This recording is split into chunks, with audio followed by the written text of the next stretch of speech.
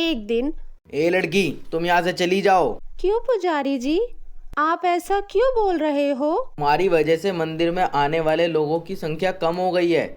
सभी तुम्हारे बदसूरत रूप को देखकर मंदिर में कदम नहीं रखते। निकल जाओ जहाँ से आई हो। अब मैं तुम्हें यहाँ रहने नहीं दूंगा। चली जाओ यहाँ से। तभी पैसे वाले लोग आएंगे और यहाँ महंगा महंगा चढ़ावा चढ़ाएंगे। इतना कहकर पुजारी ने पलक को धक्के मारकर मंदिर से बाहर निकाल दिया। पलक दुखी होकर अपने फटी पुरानी पोटली लेकर गांव से काफी दूर निकल जाती है। धूप बहुत तेज थी। वह चलते चलते काफी थक गई और उसे प्यास भी लग रही थी। वह पानी पीने के लिए तालाब के पास पहुंची। उसने जल्दी से पानी पिया और वहीं तालाब के पास एक पेड़ के नीचे बैठ गई। भगवान जी, मैं कहाँ जाऊं? मेरे पास रहने की कोई जगह ही नहीं है और ना ही मेरा इस दुनिया में कोई अपना है। यह कहते हुए पलक रोने लगी। फिर वह रोते रोते तालाब के किनारे वहीं पेड़ के नीचे सो गई। कुछ देर बाद जब उसकी आंख खुली तो उसने अपने आप को एक अलग ही दुनिया में पाया और वह थी परियों की दुनिया। यह मैं कहाँ आ गई हूँ? बेटी, घबराओ मत, तुम सुरक्षित स्थान पर हो। तुम जितना दिन चाहो हमारे परिलोक में रह सकती हो। तुम्हें यहाँ हर प्रकार की सुख सुविधा मिलेगी। परी जी, आपका धन्यवाद, लेकिन मैं अपने गांव जाना चाहती हूँ। तुम उस गांव में जाना चाहती हो जहाँ सभी गांव वाले तुम्हारा तिरस्कार करते हैं, तुम्हारे साथ बुरा व्यवहार करते हैं? हाँ, क्योंकि मेरा बचपन वहीं पर गुजरा है। मेरी कई बचपन की यादें उस गांव से जुड़ी हैं। अगर तुम्हारी यही इच्छा है, मैं तुम्हें तुम्हारे गांव वापस छोड़ आऊंगी, लेकिन जाने से पहले मैं तुम्हें उपहार स्वरूप कुछ देना चाहती हूँ, जिससे तुम्हारी जिंदगी पहले से बेहतर हो जाएगी। यह कहते हुए परी पलक को परीलोक में बने जादुई बगीचे में ले गई। वहाँ अपनी सितारा छड़ी से एक जादुई पेड़ प्रकट किया, जिस पर सुंदर सुंदर डिजाइनदार फ्रॉक लटके हुए थे। परी ने पलक को एक सुंदर सा फ्रॉक देते हुए कहा, यह एक जादुई फ्रॉक है, जिसे पहनकर तुम्हारी किस्मत भी बदल जाएगी। तुम इस फ्रॉक की मदद से अपने साथ साथ दूसरों की भी मदद कर पाओगी। तुम जल्दी से इस फ्रॉक को पहन लो, पर याद रखना इसका कभी गलत इस्तेमाल मत करना। पलक ने खुश होकर जल्दी से फ्रॉक पहना। फ्रॉक के पहनते ही पलक का चेहरा सोने की तरह चमकने लगा। वह बहुत ही सुंदर दिखने लगी। पलक ने परी का धन्यवाद किया। फिर परी ने पलक को आंखें बंद करने के लिए कहा। कुछ देर बाद जब उसने अपनी आंखें खोली, उसने अपने आप को उसी पेड़ के नीचे पाया जहां वह सोई हुई थी। पलक जब गांव पहुंची तो उसे कोई पहचान नहीं पाया। सभी गांव वाले उसकी खूबसूरती की चर्चा करने लगे। पलक मन ही मन कहने लगी, लगता है इस जादुई फ्रॉक की वजह से लोग मुझे पहचान नहीं पा रहे हैं। अगर मैं लोगों को सच्चाई बता दूंगी तो सभी गांव वाले मुझसे पहले जैसा बुरा बर्ताव करेंगे। अच्छा यही होगा कि मैं इन्हें सच्चाई नहीं बताऊंगी। पलक गांव वालों को अपनी सच्चाई नहीं बताती। फिर वह गांव वालों से बोली, मैं इस गांव में नई हूँ, क्या मुझे यहाँ रहने की कोई जगह मिलेगी? पलक की बात सुनकर सभी गांव वाले पलक को अपने घर ले जाने के लिए एक दूसरे के साथ लड़ने लगे। सब चाह रहे थे कि पलक उनके घर पर रहे। गांव वाले पलक को बहुत आदर और सम्मान देते हैं।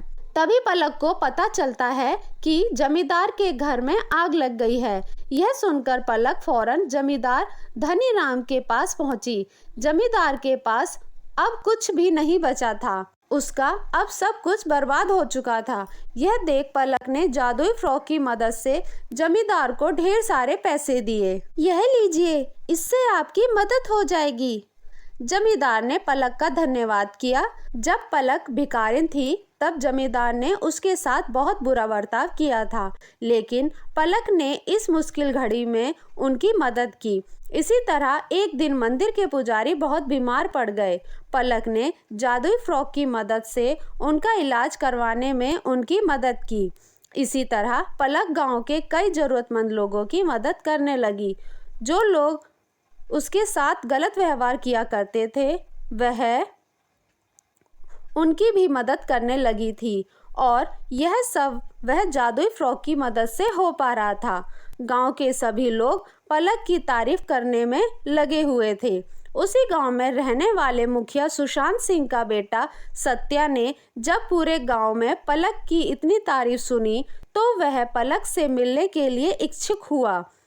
जब उसने पलक को देखा तो वह उसकी सादगी और लोगों की मदद करने का व्यवहार देखकर बहुत प्रभावित हुआ और मन ही मन बोला। फिर कुछ दिनों तक सत्या पलक से मुलाकात करने लगा और वह दोनों धीरे धीरे बहुत अच्छे दोस्त हो जाते हैं। एक दिन सत्या और प्रिया एक साथ बैठे होते हैं और सत्या कहता है कि क्या तुम मुझसे शादी करोगी।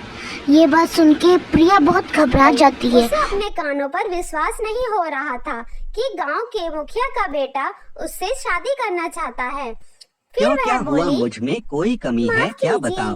पर मैं आपके साथ शादी नहीं करना चाहती।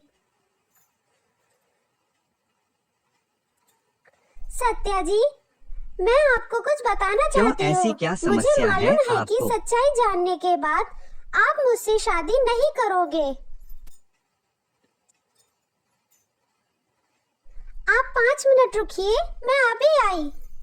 इतना कहकर जादुई फ्रॉक बदलकर अपने साधारण कपड़े पहनकर बाहर आई और बोली, सत्या जी, मैं असल में भिखारिन पलक हूँ।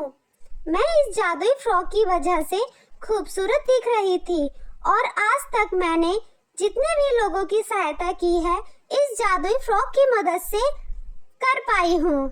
यह कहते हुए पलक ने सत्या को सारी सच्चाई बताई। सच सुनने के बाद क्या अब भी आप मुझसे शादी करना चाहते हैं? मैंने तुम्हें शक्ल से नहीं, तुम्हारे व्यवहार और चरित्र से पसंद किया है। मुझे यह जानकर दुख नहीं होगा।